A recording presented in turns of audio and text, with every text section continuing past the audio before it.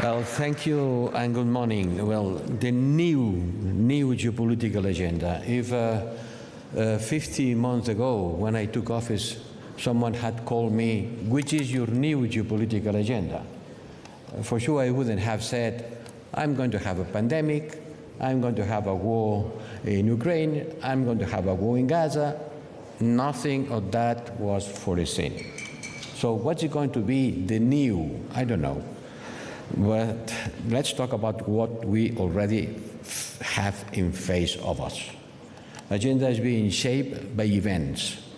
And the most important events today are related to three geographical issues, which are Ukraine, Gaza, and the Global South, and a functional issue, a structural issue, which is defense.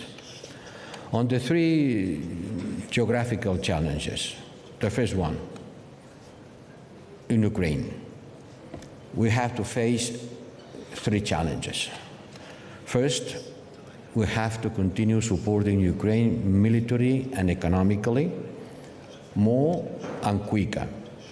We have to be aware that there is a long and high-intensity war where casualties are rising on both sides, and where technology is shaping at an incredible speed the outcome of the war. I was in Ukraine, in Kyiv, some days ago. I could visit the drones factories, and sure, the future of this war will be shaped by drones and particularly by the massive introduction of artificial intelligence in the battlefield. It's going to be a new kind of war, which allies all kinds of war, tranches of the First World War, with artificial intelligence of the Stars War. And I will draw the attention of our European ministers to that crucial issue. We talk about ammunition, and it's clear that the classical gun ammunition is something that is very much important. President Zelensky talked about it, and we have to do more and quicker on that. And it's not because we lack capacity. What we lack is funding. But we have to look ahead at the new parameters of war. Second, we have to increase and provide Ukraine with security commitments. Member states are doing, we are trying to do too, but the most important security commitment for Ukraine is membership. And this is a commitment that we took with respect to Ukraine. It will be a different Europe with Ukraine inside. It has put the whole adhesion process in movement, and we have to remain engaged on that commitment. And the third one is to prepare ourselves for a long period of tensions with Russia. Russia will be tempted to increase its political and military provocations against NATO countries. So the message is clear. We have a Russian problem ahead of us, and for us it's a huge challenge. And for that, our military effort has to be sustained in cooperation with key partners like US, but we have to consider different scenarios about how much engaged will US be on the European security.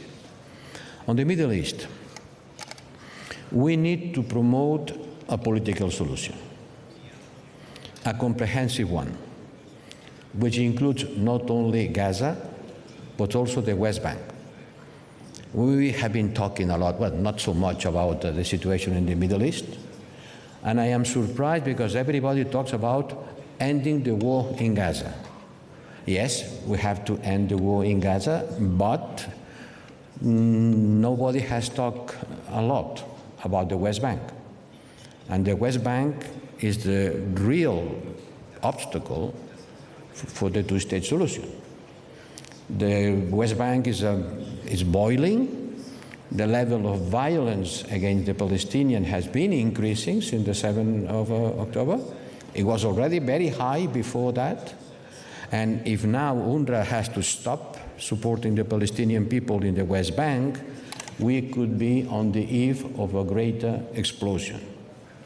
The question is there a political space for Europe to support a two-state solution?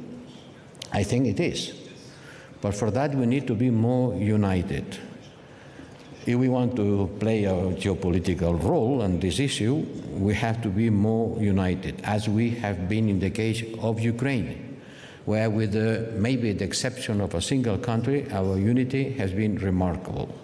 But here I see that there is a dispersion of approaches, and many member states want to play their own game. We have to have the US more than on board, but we have to support the Arab initiative.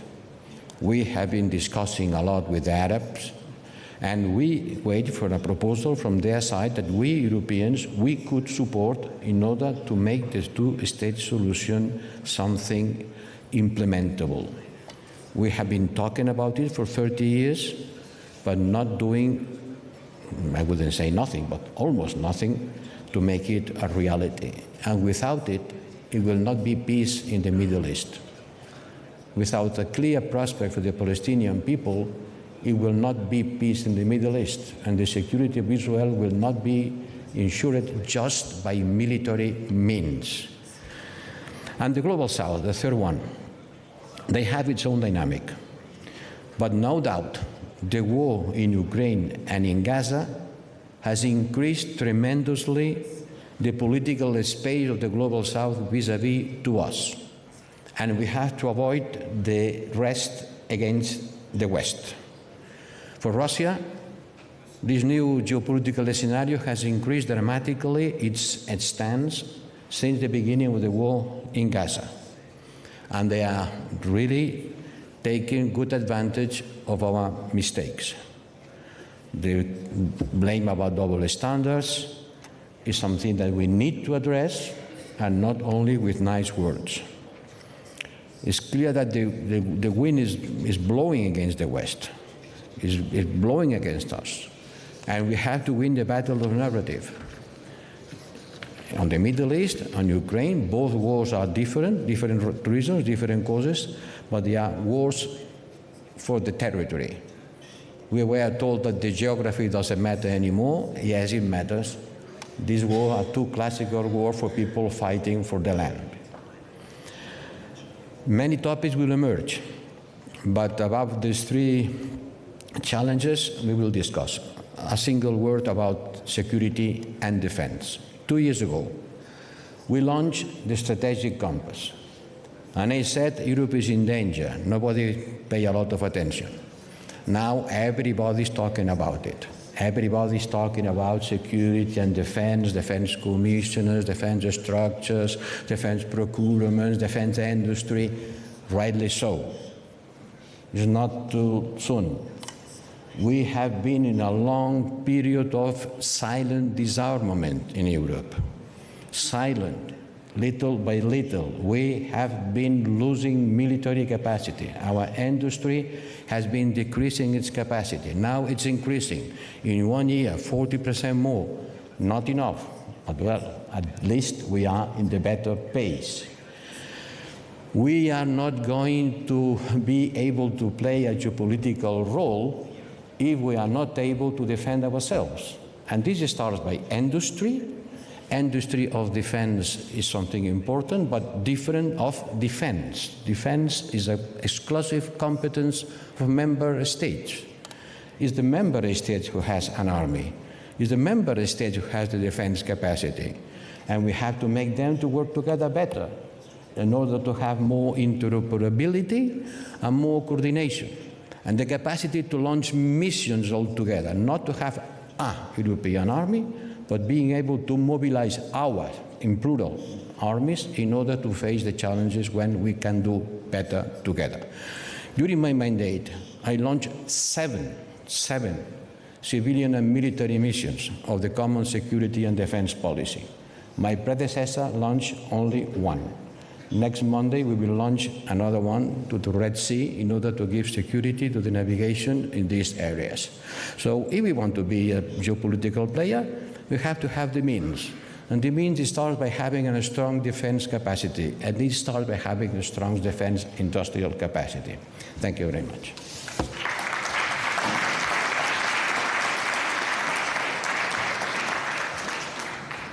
Well, Thank you to the High Representative, Mr. Borrell, for this center. And the conversation continues. I now want to invite on stage Evika, Silina, who is the Prime Minister of Latvia. I also want to invite on stage Magdalena Andersson, the former Swedish Prime Minister, the head of the Social Democrats also. And last but not least, Marie-Agnes Strack-Zimmermann, member of the FDP, member of the Bundestag, who will also lead them into the European elections.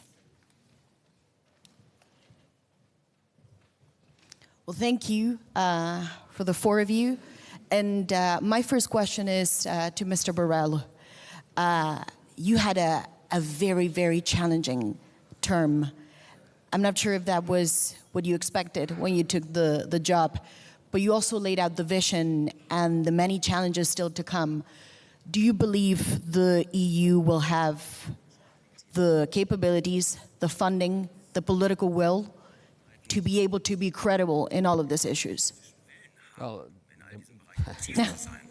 the important thing is what I believe. It's not a matter of beliefs. It's a matter of having the will. And my job has been, and it will continue being for still 10 more months, is to make the member states to understand that they have to act together, quicker and better. The three key words: together, quicker and better. If they don't act together, they will be weaker. But in order to work together, it takes too long.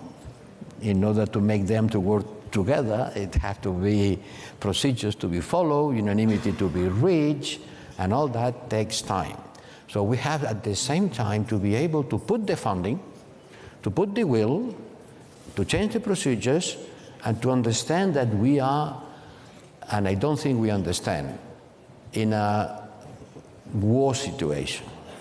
I don't think people at the highest political level, the intermediate level, and the public opinion understands that we are in a situation that requires a completely different mode, an approach that is not just, yes, we will do, but let's see next Foreign Affairs Council, next month. No, in 3 months, things will be decided in the battlefield. We cannot wait for, let's see what's happening in the European elections, let's see, it's still not there, we want to know more details. This is for another dimension of politics.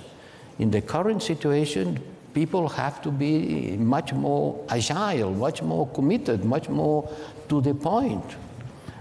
We have a lot of strategies, but we don't have a lot of action. Can I ask you a very quick follow-up question? In your presentation, you said if you can't defend yourself, you're not credible. You also said there's a lot of talk about perhaps a defense commissioner. What you say now is that you need to go even beyond that. It's a change of the mindset. But do you believe a defense commissioner would be a good thing?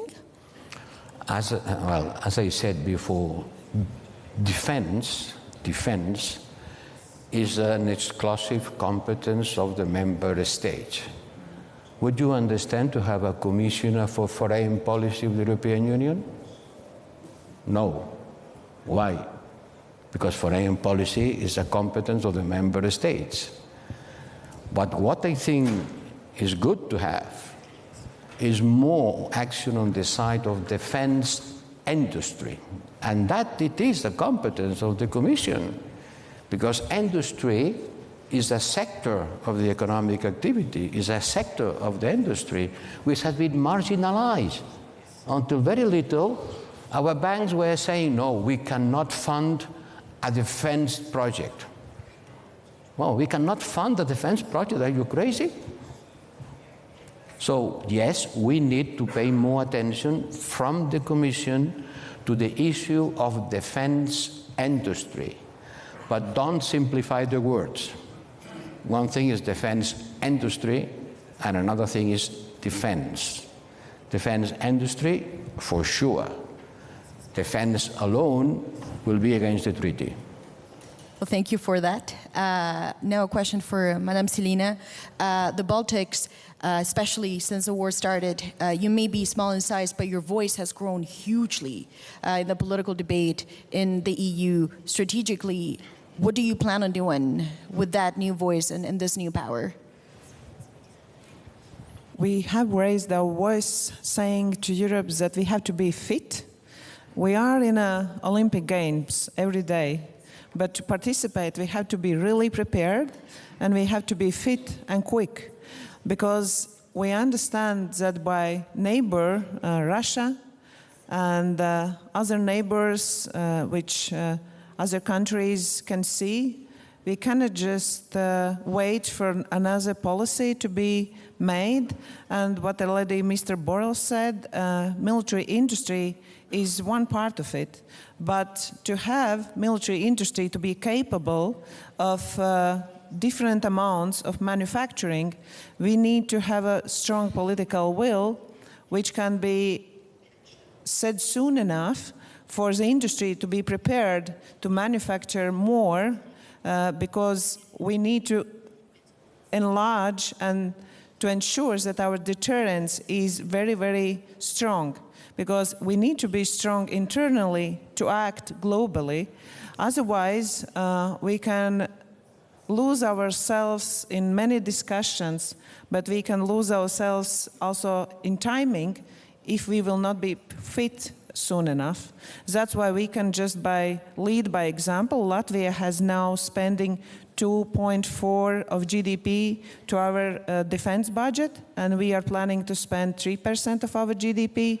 And this is a strong message to other EU and NATO countries that we can see living in a borderline of European Union and as well NATO borderline, that we need to act very quickly because we as politicians need to safeguard our citizens, and defense is like an umbrella over other policies like welfare, social affairs, other needs, because no one wants to spend on military. We always want to show people that we can spend more on social issues, pensions, health, education, business, but without this umbrella over our heads, we will not be succeeding also in economics and in international trade. And can I ask you very briefly, how do you perceive the Russian threat at this point? Because yesterday, Kaja Kallas was here, and she said the Baltics were not second-tier NATO members. And the way that we may perceive this threat may be different to other countries, but you have to listen. How do you perceive it? We are part of NATO. This threat is not just the Baltics, it's a threat to all of NATO countries. It is a threat to all European countries. And nevertheless, some countries are much deeper inside the continent. It is our foreign policy that says every centimeter of our territory has been protected by NATO. And as well within Europe, it doesn't change anything if other countries within Europe think that this is only Baltic problem. This is not just problem of Baltics. How can Europe be a strong player internationally if we cannot react strongly inside Europe with being prepared for those threats for Baltic states? And I believe this is very important message to think about it. Defense Commissioner, I believe it will be on our table for politicians. Otherwise, it will be very hard for us to coordinate the messages. And we still need strong foreign policy, but I believe in Europe we as well need very strong defense policy. And with Commissioner in Defense, I believe we can succeed more. Well, thank you for that. And a question for Magdalena Andersson. You were right at the start when Sweden made a huge change in foreign policy when it comes to NATO. Your country now, it seems, is now really moving closer to finally enter, and it has been delayed and it has been problematic. But I wonder, do you believe now the Hungarians will do what they say they will now and vote this through? But also, more importantly, beyond the Hungarian vote, how will the Nordic security pillar change and improve, I presume, European security in your view? Thank you. And of course, we have been waiting and waiting and waiting for the last two countries to ratify. And I would also start by saying we're very grateful to all the support we got from NATO countries, from our friends during this process, and also the security guarantees that we got from United States, Germany, France, UK, and many other NATO countries. This has been very important, of course, for us during this process. And now Turkey finally ratified, and now we're waiting for Hungary. And I mean, Hungary is a member of the European Union. We are friends. We work close together. There is a solidarity clause also within the European Treaty. So we hope and expect them to ratify once the Hungarian parliament opens in February 26. Of course, I mean, it is important for us to be part of NATO, to have the security guarantees that you do have in NATO, but we also want to contribute to NATO. We want the Swedish military, our defense capabilities, to actually become a security provider for NATO. And of course, Sweden and Finland together, we have our air and sea capabilities. They have lots of boots on the grounds. Together, I really hope that we can provide to increase security for NATO.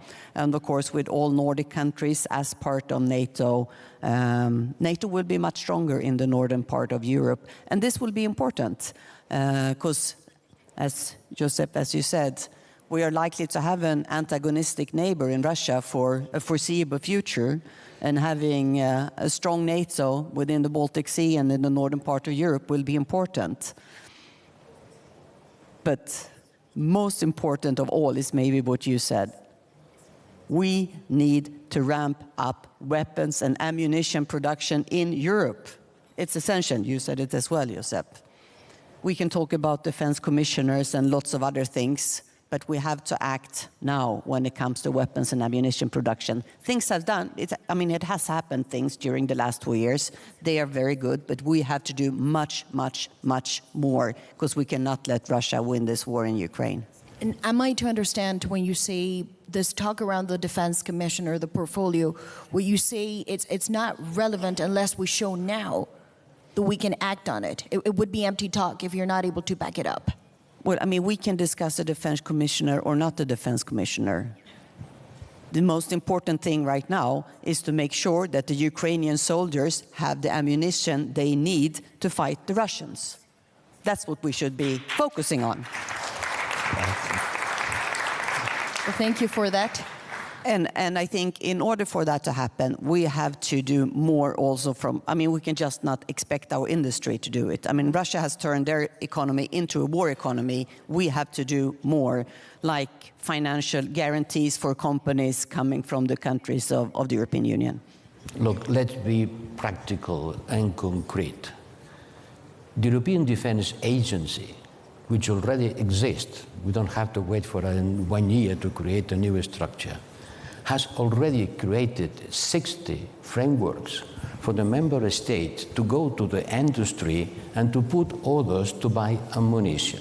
So don't invent the wheel every day. There are 60 frameworks. If you want to buy more ammunition for Ukraine, you can use one of them. If the member states who are really willing to buy more ammunition for Ukraine, they have the way of doing that in a cooperative manner, in a joint procurement manner. Everybody talks about it. It already exists. 60 frameworks for joint procurement for the address to the industry. And the industrial side says, I have the capacity. What I like is orders. I agree with you. The European Union has done a lot of things. I think member states could do more. I have proposed that Sweden should do more, for instance. Well, thank you for this exchange. Thank you, Mr. Borrell, for that. And now I do want to go to Frau Strack-Zimmermann. None of this will happen unless Germany is on board. That is very clear. There has been a lot of talk that perhaps coalition politics make decision-making slow, that maybe Berlin is distracted. I wonder, how do you see this role for Germany playing out? Yes, thank you very much. First of all, if I answered your question about Germany. Mr. Borrell, it's a second war, the second attack from Russia to Ukraine. And you know the European Union better than I do. But, you know, we are talking about things, there are structures and everything will be fine, but we have to be faster. You know, what the hell did the EU the last years? I'm really astonished about it. We need foreign policy, common foreign policy.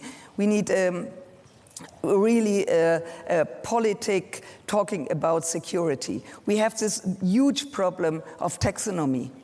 I mean, it's not your fault, but the president of the Commission, Ursula von der Leyen, she was Minister of Defense for 6 years. She knows this really well. And we are talking in the European Union about sustainability. And if it's really sustainable, if we have weapons, if we have ammunition. So we have to stop this taxonomy definition. Otherwise, we have no chance to do anything with the industry, with people who will pay for it, first of all. Then it's true. First of all, we need ammunition to help Ukraine. But the structures to have a committee of defense, not a sub-committee. Of course, we need a commissioner. We need somebody who is really affected only to concentrate to the question of security in the European Union. Otherwise, we have no chance to make, in a very nice way, pressure to all countries. Because for us, for every country, it's really very important what could we do now, not tomorrow, not the day after tomorrow. And now to answer your question.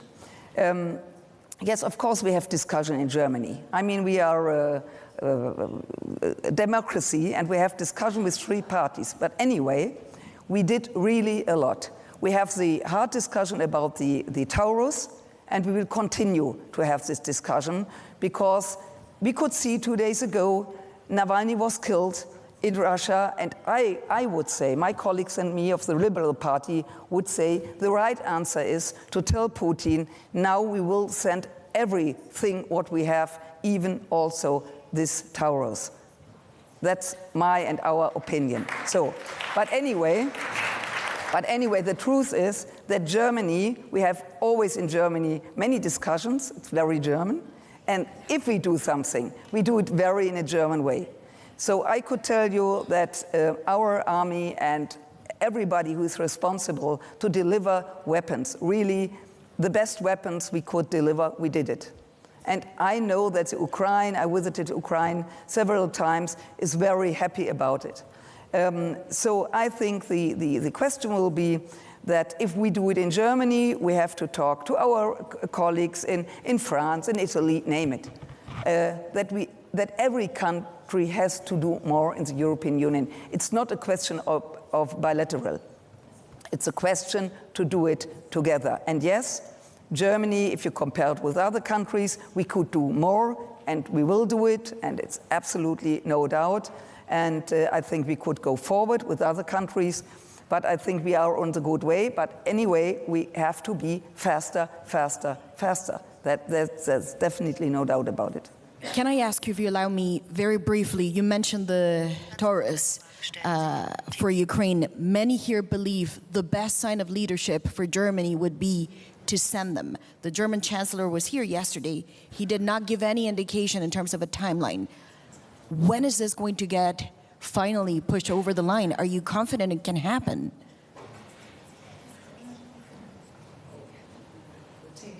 Stop the TV show. We're looking forward. Yes, we have discussion about it. And I have no, you know, it's hard for me to explain why the Chancellor didn't say, come on, let's do it. But I could promise you that we will continue this discussion because, you know, it's a very important sign to cut the delivery system of the Russian army. And we know where it is, and we know we have to do it. And of course, discussion, it's right that I tell you again, 2 days ago, the death of Navalny, just in this moment, when we come together on this conference, you know, it's a sign, and we have to react to say, okay, we understand, and now we have to do it. There will be questions from the audience, but I will do a final question for Mr. Borrell. And we have to talk about the Middle East. And some say, in this case, it's not just the values, but almost the soul of the European Union, depending on the response. The president of Israel was here, and he said, this is an existential question for us, and the goal is unchanged. We have to destroy Hamas. There is talk of a military operation in Rafah. How do you go about this? It's a very delicate question, but what does your instinct say?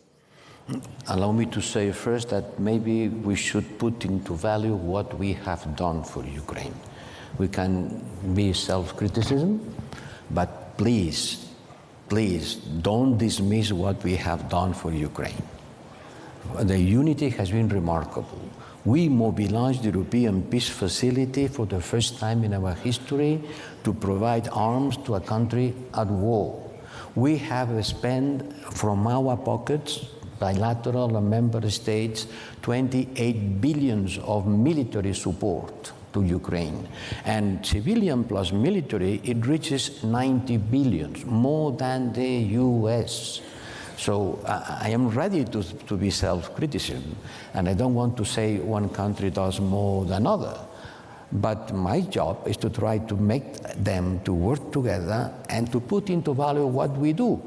And yes, we have to agree that we have been hesitating maybe too much, too many times. 2 years ago, here, we were ready to give helmets.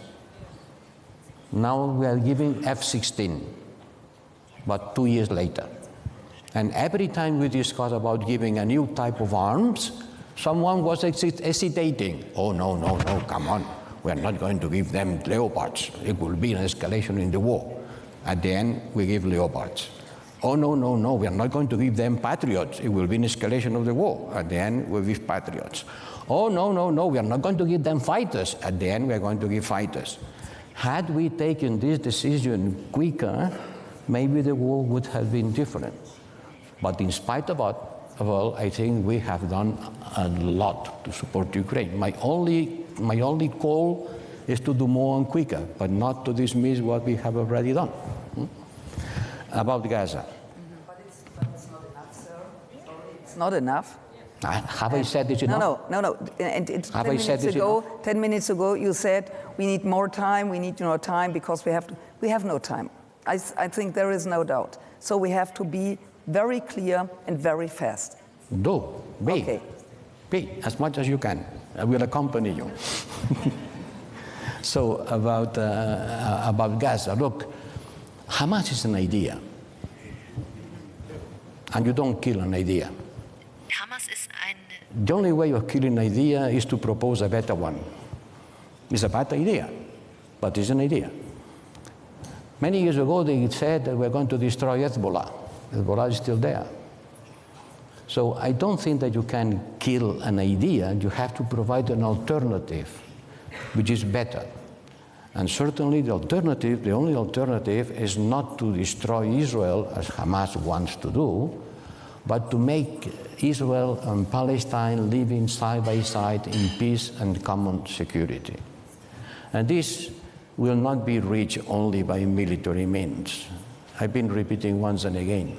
It will not be reached only by military means, and that's what I start my talk saying. We need an overall political solution to the conflict. And how much do you worry about potentially this operation that will happen in Rafah? This seems as the next... I issued a statement a couple of days ago that unhappily was not able to reach unanimity because one country was missing. But I issued a statement saying that we strongly call to Israel to avoid the military actions against a highly dense populated area at this Rafah, where 1 million people are being pushed against the wall. So I don't think this has to happen. But look, everybody's asking for it. Everybody. Well, thank you for that. And now we will take questions from the audience, and there's many. Perhaps we start with. Risa Lutsevich, I'm the head of Ukraine program in Chatham House in London. First, I would like to thank Mr. Borrell for his speech he gave in Ukrainian Parliament. And you said something very important that I want everybody to hear, is that you said it's time to change the paradigm. I think the problem is not just that the capacity of funding, is because the paradigm for this war was wrong. You said we must do whatever it takes for Ukraine to win, rather than how long it takes. And I would like you to maybe repeat that here to this audience, what it takes from all those people here. Because, I mean, Ukrainians feeling, and I am originally from Ukraine, they are like this Kakhovka Dam that may be detonated, and then Europe will be flooded, and then every inch of Ukrainian land, like Avdiivka yesterday, becomes your problem, not Ukraine's problem. You know, and I think I agree with you that there is a sense of urgency, but I think we have politically to set right objectives. So thank you very much for urging to change that paradigm.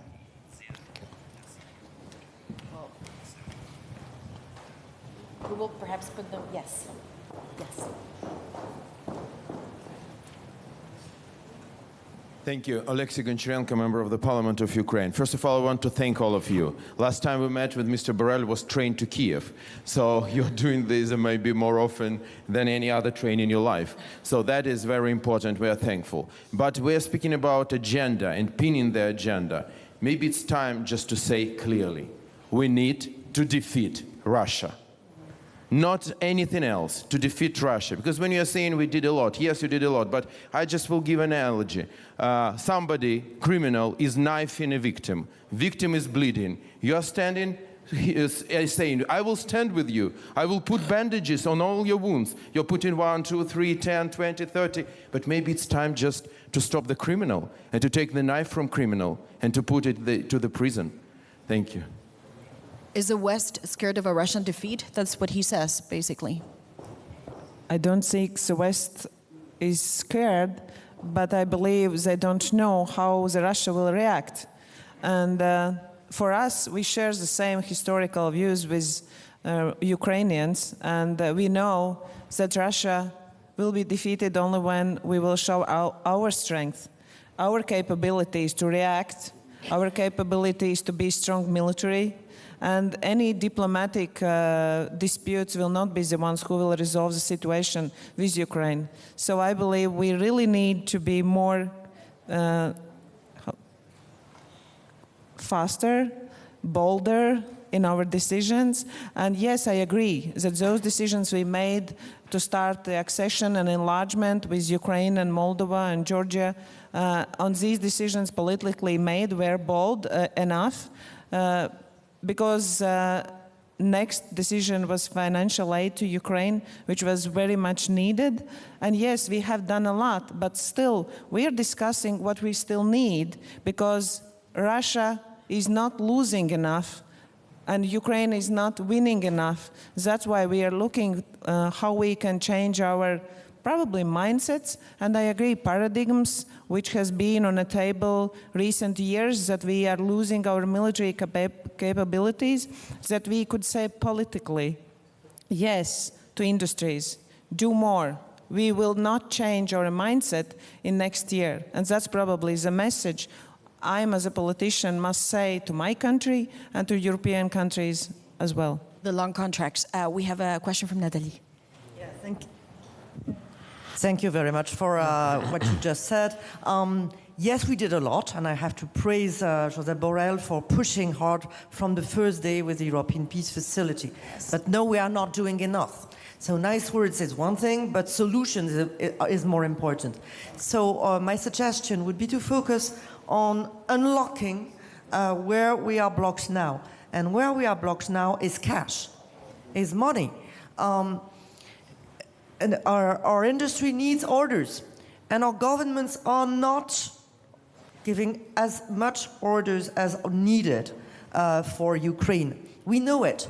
Because our budget ministers tell us, well, debt, well, deficits, oh my God, we don't want to do it. So my question would go both to Josep Borrell and Marie-Agnes Strack-Zimmermann. Are you ready to support a common European debt for our own defense and for arming Ukraine? We have been able to do it for a virus. We should be able to do it for an existential threat. Are you ready to support a new mandate for the European Investment Bank so that it can invest in defense? We have been discussing it for years. What are we waiting for? It's good to talk about taxonomy, but taxonomy is part of the problem and it should be solved. But the biggest issue is to get cash now so that we can live up to our promises. Good. Yes. Okay. It's not a question that we have not enough money. It's a question how we use the money. And security is the first thing. Without a secure house, nothing else would be important. And so it's not a question to discuss this. It's a question of willing to do it. And I'm sure we will find a way. And if I could see how much money you use for several things in EU, and I say we have to start with security, and then we could discuss all for the other things. I think you're so right. It's not like Europe is lacking money. It's about our priorities. And we have to put this as number one priority. And we don't have to do it on a European level. I mean, we have budgets in our member states. Yes. We can use the money in our budgets. I was Minister of Finance for 7 years. You can reprioritize. You can raise taxes, because this is existential.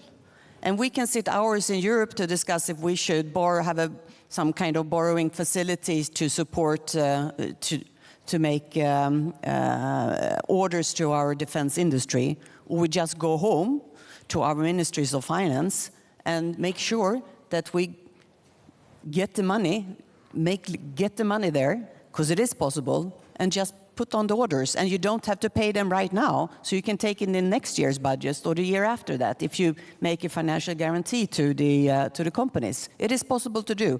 So I just wished all ministers of finance and the prime ministers in all EU countries that have any kind of a defense industry go home, make the orders, and set the production going.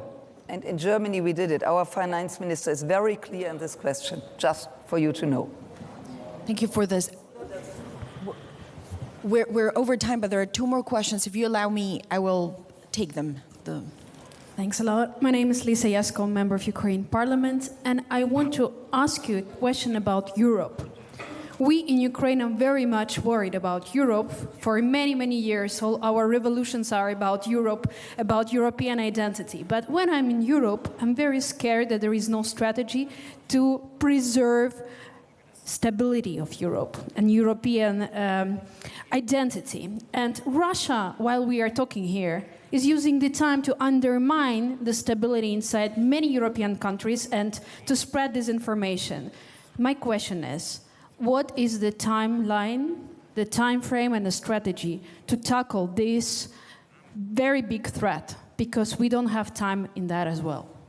They're telling stories in Africa and Latin America, telling their stories of the war, of their reality, while we are discussing about the future, but without exact time frame.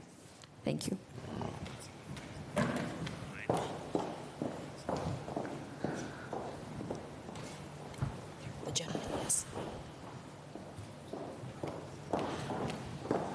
Well, thank you, very nice panel. No, we have witnessed since time to time European Union member state not very united and a very split voice. Not only internal issue is European Union, and also external issue and some crisis, international crisis, and the Israel-Hamas crisis, and the Ukraine-Russian war. Even, particularly foreign policy, not very united. We have witnessed time to time United Nations Human Rights Council, even sometimes European Union had very difficult to make very simple statement about the human rights issue. We believe, and the rule of law, human rights, protects human rights, democracy is basic, fundamental funding principle of the European Union. But no, some member state, and really very cooperated authoritarian country like Russia, China, and China, Russia really trying to split the European Union. Democratic voice. Sometimes we have witnessed not democratic nations, voice very splitted, but authoritarian regime very united, unfortunately. So do you believe in the long term, European Union is still a reliable institution to support and the democracy and to protect its human rights? Mr. Borrell, do you want to take this one? Well, I want to answer all questions because I am related with all questions. And allow me to say that I want to stress, and I said, and I will continue saying, that Europe has to increase its defense capacities on the broader sense of the word defense. Defense is not only military, it is mainly military, but it's not only that. There is a fight for the land, and there is a fight for the spirit, for the mind of the people. And there is, yes, a fight about who tells what and who believes to whom. And we are fighting this war also. We have created structures in order to debunk the lies that were being widespread by the Russia propaganda. We know that there is something called foreign interference and manipulation. We fight against it, and we have teams devoted, allocating resources, human resources, and people on Africa, on the Balkans, where the Russia aggression towards the mind of the people is very much stronger. So thank you for remembering. We are doing, and we are perfectly aware that Russia is fighting a war against us, which is not only bombing with shells, is a war of narrative. I use this sentence, we are fighting a war of narrative, on the second month of my mandate. We are fighting a war of narrative. And the ones who will win the war of narrative will be much ready to win the other war. And we are going to have electoral process in Europe in some months. And then public opinion will have to know and to decide how much support they want to give to Ukraine. Yes, you did. And human rights, yes, certainly. We are one of the biggest supporters and defenders of human rights around the world. Nobody is doing more than us. No, nobody is doing more than us. Maybe you don't believe me, but tell me who is doing more than us to defend human rights in the world. We can be criticized for many things. We are not perfect. We certainly lack many occasions of being more vocal when human rights are being violated. I think the European Union is doing a lot to support democracy and human rights around the world. I'm being told we have to leave it here, but I do want to take a final quick word. It's a good discussion, that's why we've gone a little bit longer, but let's do it. Someone asked, what is the time schedule for Europe to beat Russia? The time schedule is now. We're doing it now, because we know that Russia is using its propaganda, and it's a battle for people's minds. So we have to understand that we cannot time any longer. And about United Nations, Europe is a democratic organization. I believe it is okay sometimes when we have different opinions, but it is at utmost importance that on main strategies, on our main priorities, we can stay united, and we can show it with Ukraine. I remember all over the last UCOs, when leaders meet at the European Committee, we always speak about Ukraine, how we can help Ukraine, how we can beat Russia. So it is on our agenda, but probably what we need a new strategy, because we have made some of our decisions, but what we need to do next, it's next steps, how we beat Russia even more. So I don't agree with you that democratic states lose their power. This is just what propaganda wants us to think, that we lose, but we are not losing. We're still winning. Thank you for that. Very brief. There is no question that the reason we have been able to react so strongly and quickly against the war in Ukraine was the fact that we were able to unite in an unprecedented speed, both when it comes to sanctions and support for Ukraine. And of course, that also means that there are forces within the European Union and outside the European Union to really try to erode that unity. And we have to be very aware of these threats, both, not at least, when it comes to the election in the European Parliament. I mean, it's rather obvious that Russia will be spreading disinformation and being very active to persuade our citizens to vote for parties that are not so interested in having a well-functioning and strong European Union. And of course also to take the debate every day with those parties and those political powers that want to erode this unity. And one thing that the next Commission, I hope, will be working with is to have a stronger regulation when it comes to our big tech companies, our social media, because we do know that those algorithms do amplify messages with hate, division, anger, fear more than other messages. And this is really bad for our democracy and our unity. So that's something for the next Commission to continue to work to regulate big tech companies. Well, thank you so much for that. We have reached the end of the session. I want to thank the four of you for taking the time and taking all these questions. The questions from the audience, it was a pleasure. Thank you very much. Thank you. It's always the same that asking for more money.